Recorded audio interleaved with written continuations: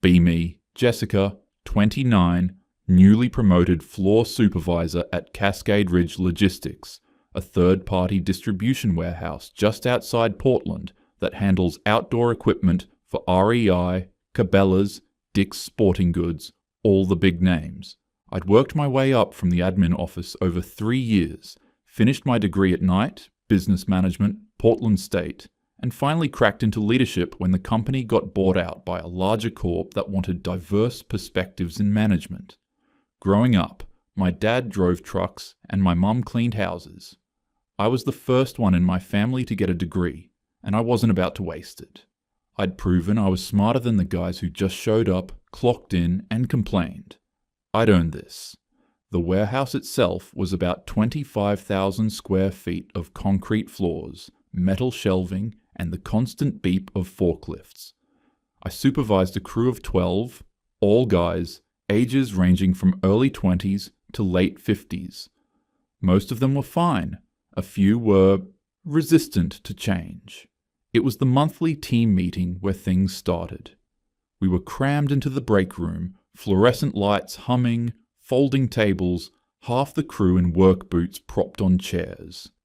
I stood at the front with my laptop, presenting the new productivity targets from corporate, 15% increase in throughput, no additional labor budget. Predictable groans. Tyler, this kid in his mid-20s with a vape pen always clipped to his belt, raised his hand. The pallet jack's been broken for like 2 weeks. When's that getting fixed? Devon, early 30s, chimed in. And the new shipments are heavier than usual. Lots of gym equipment instead of the camping gear. It's killing our backs. I took a breath, kept my tone professional. Look, I get it. Change is uncomfortable. But let's be real. How hard is it, actually? Women half your size do this work in developing countries every single day. I studied abroad in Vietnam, saw women at the markets carrying loads that would put us to shame. Maybe if we focused less on complaining and more on efficiency, we'd hit these targets no problem. The room went quiet. A few guys exchanged glances. Then Mike spoke up. Mike was 53, been at Cascade Ridge since before the buyout. Quiet guy, weathered face, the kind of person who rarely said anything unless it mattered. When he did talk, people listened. Jessica, he said, voice calm and even, with respect, you don't know what you're talking about. I felt my face get hot. Excuse me? We're not complaining to complain, he continued. The equipment's breaking down and the loads are heavier. That's just facts. You can look at the manifest yourself. I forced a smile. Mike, I appreciate your experience, but I've reviewed the metrics. The weights haven't changed significantly. What's changed is the mindset. We need to adapt, or... Have you ever worked a floor shift? He interrupted. Silence. I blinked. That's not the point. Management requires... That is the point, Mike said, still calm, still respectful, but firm. You're asking us to do more with less, saying it's easy, but you've never done it yourself. The crew was watching now. Tyler smirked. Devon looked down at his phone. I straightened. I don't need to have done every job to manage effectively, Mike. That's not how leadership works.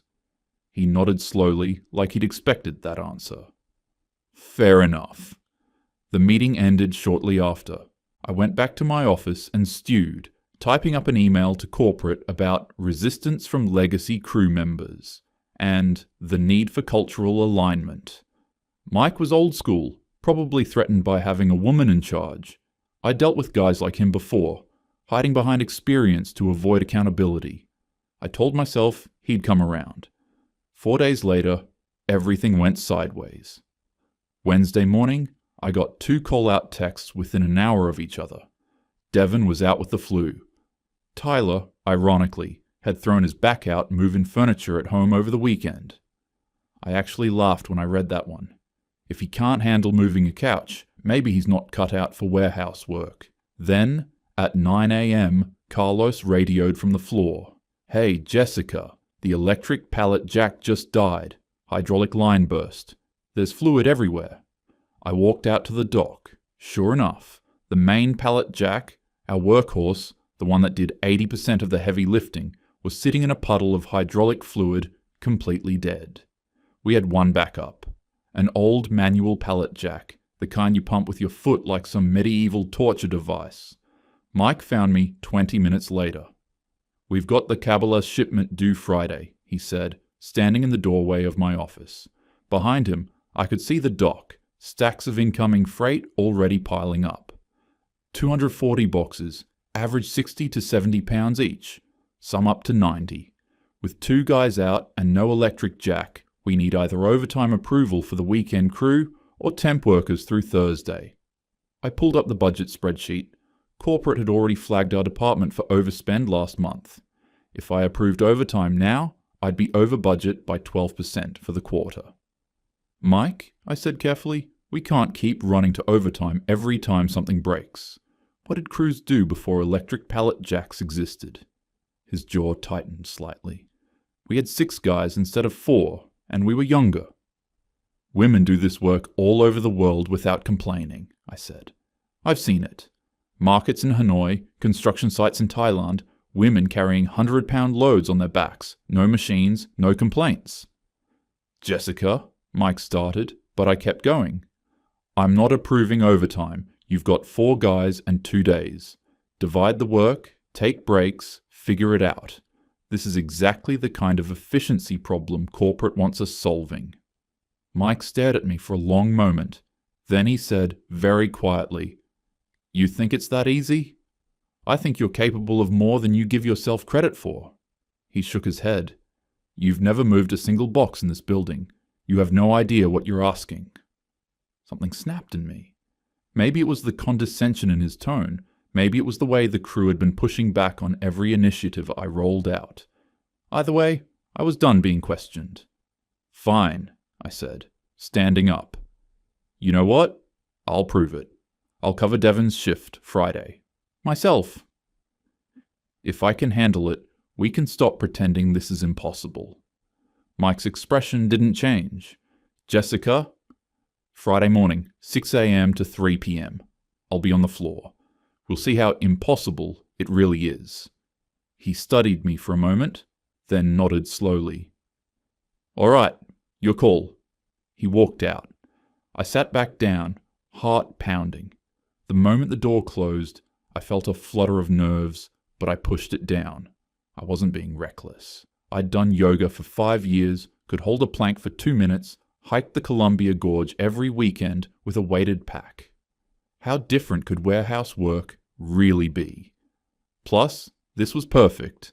Prove the work wasn't that hard, shut down the complaining, show corporate. I was a hands-on leader who wasn't afraid to get in the trenches. Win-win-win. I checked the calendar. I'd told Mike Friday, but the actual shift I'd cover was in 13 days. I'd fudged the scheduling slightly to give myself time to prepare.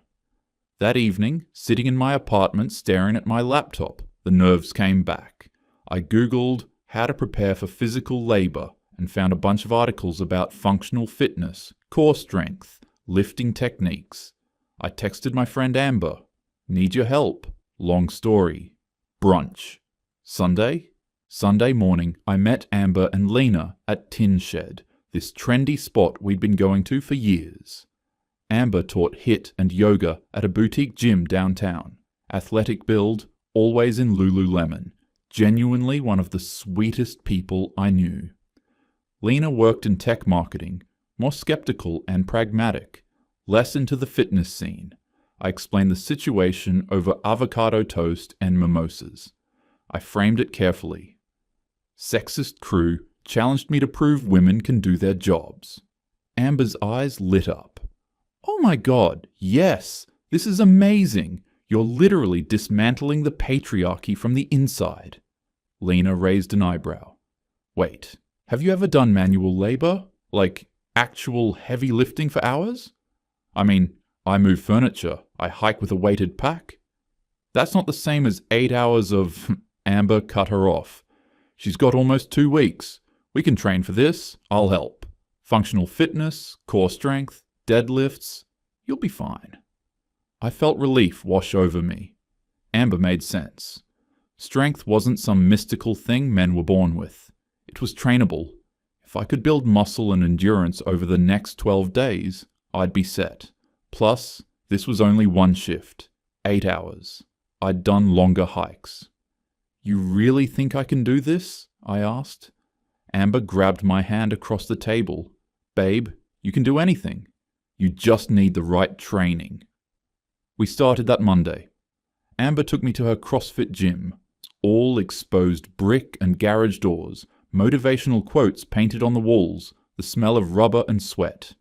She put me through what she called a functional strength circuit. Kettlebell swings with a 20-pound bell, goblet squats with 25 pounds, farmer's carries with 20 pounds in each hand, and deadlifts starting at 65 pounds. I struggled, my hands cramped, my core burned. But I finished. See?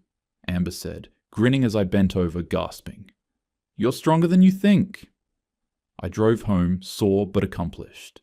That night, I posted a gym selfie. Nothing obnoxious, just me, mid-plank with a simple caption, "Strength isn't given, it's built." Got 83 likes. By Wednesday, we ran the circuit again. This time, I managed the deadlifts at 95 pounds for 5 reps. Amber cheered. Muscle adaptation happens fast if you're consistent. I started to feel genuinely confident. My core was stronger, my grip better. The weights that felt impossible on Monday were manageable now. I could feel my body changing, adapting. Maybe I really could do this. Friday, 2 days before the shift, we did one final prep session. Amber added loaded carries. I walked 50 feet with 30 pounds in each hand. My forearms screamed, but I did it. Honestly, Amber said as we stretched afterward, you're going to crush this. Just remember to lift with your legs, not your back. That night, I laid out my work clothes, athletic leggings, moisture-wicking shirt, my hiking boots, set 3 alarms, did a mental inventory of everything I'd learned, engage your core, hinge at the hips, keep the weight close to your body, breathe. I'd trained, I'd prepared. I wasn't naive. I knew it would be hard. But I also knew the crew was watching for me to fail, and I wasn't going to give them the satisfaction. I slept poorly, but I told myself it was just adrenaline. Friday morning, 5:45 a.m. I pulled into the Cascade Ridge parking lot in the pre-dawn darkness. The warehouse was lit up inside, loading dock doors open, and I could see the crew already moving around. Mike's truck was there, so was Ryan's, early 40s, former college football player, solid build. And Carlos, 28, wiry but strong. 4 of us total for the day. I sat in my car for a moment, changing into the work boots I'd bought earlier that week. Brand new Red Wings, stiff and unbroken. I laced them tight and walked across the lot to the dock. Mike was standing near a pallet stacked with boxes. He nodded when he saw me. Morning? Morning, I said, trying to sound casual. Ryan and Carlos glanced at me, but didn't say anything. The vibe was neutral, not hostile, but not friendly either. They were waiting. Mike handed me a pair of work gloves. I'd forgotten to bring my own. Cabela's shipment, he said, gesturing at the pallet. 240 boxes, docked to staging area, then sorted by SKU. Let's get started. I pulled the gloves on and approached the pallet. The first box was labeled Bowflex Select Tech 552 dumbbells, 52.5 pounds each. I bent down, gripped the sides of the cardboard box, no handles, just flat edges, and lifted. It wasn't the weight, exactly. It was the awkwardness. The box was bulky, unbalanced, and the weight shifted inside when I lifted it. Nothing like the neat, rubberized dumbbells at the gym or the balanced barbell. My grip slipped immediately. I adjusted, tried again, got it to chest height, and shuffled toward the staging area 30 feet away. My forearms were already burning by the time I set it down. 1 box, 239 to go. By box 3, I was sweating. By box 8, my hands were cramping inside the gloves. By box 12, I had to stop and catch my breath. I checked the time, 6:32 a.m. I'd moved 12 boxes in 47 minutes. Across the dock, Mike, Ryan, and Carlos had collectively moved over 60. I told myself I just needed to find my rhythm. By 7:15, my new boots were giving me blisters on both heels. I didn't have band-aids. I kept working. The boxes varied wildly in weight. Some were 45 pounds, camp stoves. Others were 70 plus, weight benches. Every single one was awkward to grip, awkward to carry, awkward to stack. At 8 o'clock, we took our first official break. 15 minutes. I collapsed onto the loading dock, chugging water from the bottle I'd brought. My hands were shaking. Ryan walked past me carrying 2 boxes at once, something I'd tried earlier, and nearly dropped both. I told myself the first hour was always the hardest, that I just needed to pace myself better. By 9:30, my lower back was screaming. I remembered Amber's advice, lift with your legs, but my legs were already toast from squatting 240 times. I started rounding my back when I lifted because I was too tired to maintain proper form. At some point around 10 o'clock, I stopped tracking individual boxes. Everything blurred together. Bend, grip, lift, shuffle, set down, repeat. My brain kept trying to calculate how many I had left, but the math made me want to cry, so I stopped. I noticed things I'd never paid attention to before. The way Ryan bent his knees deeper than I did. How Carlos used his whole body to pivot instead of twisting at the waist. The rhythm Mike had, steady, mechanical, no wasted movement. They made it look easy because they'd done it 10,000 times. I'd done it 80 times, and my body was shutting down. My hands were so swollen inside the gloves, I couldn't make a proper fist anymore. The blisters on my heels had broken open and were sticking to my socks. Every box felt 10 pounds heavier than the last one. I wasn't even halfway through the shift. Carlos noticed. "Hey Jessica, what's your form? You're going to hurt yourself." I waved him off, breathless. "I'm fine." At 10:45, a delivery driver showed up. Mid-30s guy, chatty type. He pulled up to the dock in a semi, saw me struggling with a box of kettlebells, my face red, arms visibly shaking. "They got you doing the grunt work today, huh?" he said, not unkindly. "Cute effort. Usually it's the big guys out here." I set the box down harder than I meant to. Didn't respond. By 11:20, I'd been working for 5.5 hours. I reached for another box, Concept 2 rower, 57 pounds, and bent to lift it. Routine. I'd done this motion 100 times already that morning. But my grip was gone. My core was fatigued. I wasn't paying attention. The box slipped. I overcompensated, twisted to catch it, and felt something pop in my lower back. Not agony, but sharp. Immediate. Wrong. I set the box down, barely, and stood there breathing hard. Mike saw it from across the dock. He walked over. "You all right?" "Yeah," I lied. "Just tweaked something." "Take a break." I said I'm fine. I tried to lift the next box. I couldn't. Physically could not bend down and lift without the pain spiking up my spine. I stood there, staring at the box, feeling the crew's eyes on me. At 11:40, I limped to the office and called the shift supervisor hotline. Reported that I was feeling ill and needed to leave early. I avoided eye contact with everyone as I walked to my car. Mike caught me in the parking lot. "You did more than I expected," he said quietly. No gloating, just calm. "But this is what we deal with every day. It's not about being weak, it's about reality." I wanted to argue, to defend myself. "The equipment's broken," I said, voice tight. "The boxes were heavier than normal. If we had the pallet jack..." "We've been asking for the pallet jack for 3 weeks. Silence. "Go home," Mike said. "Ice your back. We'll finish the shipment." I drove home in silence, hands gripping the steering wheel, eyes burning. By noon, I was lying on my apartment floor with an ice pack under my lower back, staring at the ceiling.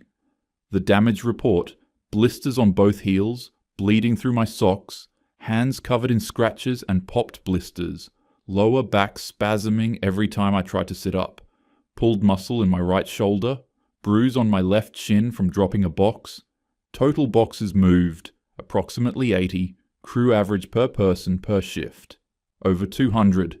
I wanted to cry. I wanted to scream. Mostly, I just lay there, feeling my entire body throb, replaying the delivery driver's words in my head. Cute effort. Around 3 p.m., I texted Amber. I couldn't do it. I failed. She called immediately. I told her everything. The pain, the humiliation, the crew barely helping, Mike's calm acceptance of my defeat. "Oh my God, Jess, I'm so sorry," Amber said, genuinely sympathetic. "I really thought the training would help." "It wasn't enough," I said, voice breaking. "It wasn't even close. I moved 80 boxes and they moved 200. I couldn't even last the full shift." "You tried," Amber offered. "That counts for something." "Does it?" I asked. I told them it was easy. I told them they were exaggerating. And they were right. Mike was right. Long pause. "So what are you going to do?" Amber asked. I didn't have an answer. I spent Saturday barely able to move. Ice, ibuprofen, heating pad rotation. I avoided my phone, avoided thinking about Monday. Sunday, I was still sore but mobile. I sat on my couch and forced myself to think about the last 2 weeks. The meeting, the challenge, Mike's warnings, my dismissiveness. That reference I'd used, the women in Vietnam, felt hollow now. Those women weren't doing it for one shift to prove a point. They did it because they had to, probably since childhood, bodies adapted over years. I'd cherry-picked an image to fit my worldview and ignored all the context. I'd been so sure I was right, that the crew was lazy, that gender was just a social construct, that strength was all mindset. And I wasn't completely wrong. Mindset mattered, but so did biology, so did experience, so did listening to people who actually knew what they were talking about. Monday morning, I arrived at the warehouse at 7:30, still limping slightly. Mike knocked on my office door at 7:45. "Can we talk?" I asked before he could say anything. He nodded and sat down. "I owe you an apology," I said. "I was dismissive, condescending, I didn't listen. You tried to tell me, and I made it about ego instead of actually hearing you." Mike studied me for a moment. "I appreciate that. I need you to know, I'm not against you," I continued, "or the crew. I just thought I was helping, pushing for efficiency, cutting costs. Corporate's breathing down my neck, and I took it out on you guys." "I get it," Mike said. "You're in a tough spot, but so are we." "I know that now." I took a breath. "I'm approving overtime for next week's shipment, and I'm escalating the pallet jack replacement to regional. If they won't budge, I'll request a meeting with the director and bring you with me. You know the equipment better than I do." Mike raised his eyebrows slightly. "You do that? I should have done it 3 weeks ago." He leaned back in his chair. "For what it's worth, you lasted longer than I thought you would. Most people wouldn't have even tried." I laughed, small and tired. "I'm not sure that's a compliment." Mike smiled faintly. "It is. You've got grit. You just needed to aim it in the right direction." He paused, then added, "I've got 2 daughters in college, one studying engineering, the other's pre-med. I'm not against women doing hard jobs. I'm against people, anyone, pretending hard jobs aren't hard." I nodded. "I get it, and I won't make that mistake again." 3 weeks later, the new electric pallet jack arrived. I'd fought for it, pushed regional, got it approved. I started joining the crew for a partial morning shift once a month, not lifting boxes, but shadowing, learning the workflow, staying connected to what was actually happening on the floor. The crew started coming to me with issues earlier because they knew I'd listen now. Tyler told Carlos I was actually pretty cool for a manager. 6 weeks later, I still went to the gym with Amber, but now I did it for health, not validation. I understood the difference between fitness and functional labor strength. When corporate pushed new efficiency targets, I pushed back with data and crew input. I'm not going to pretend I'm one of them now.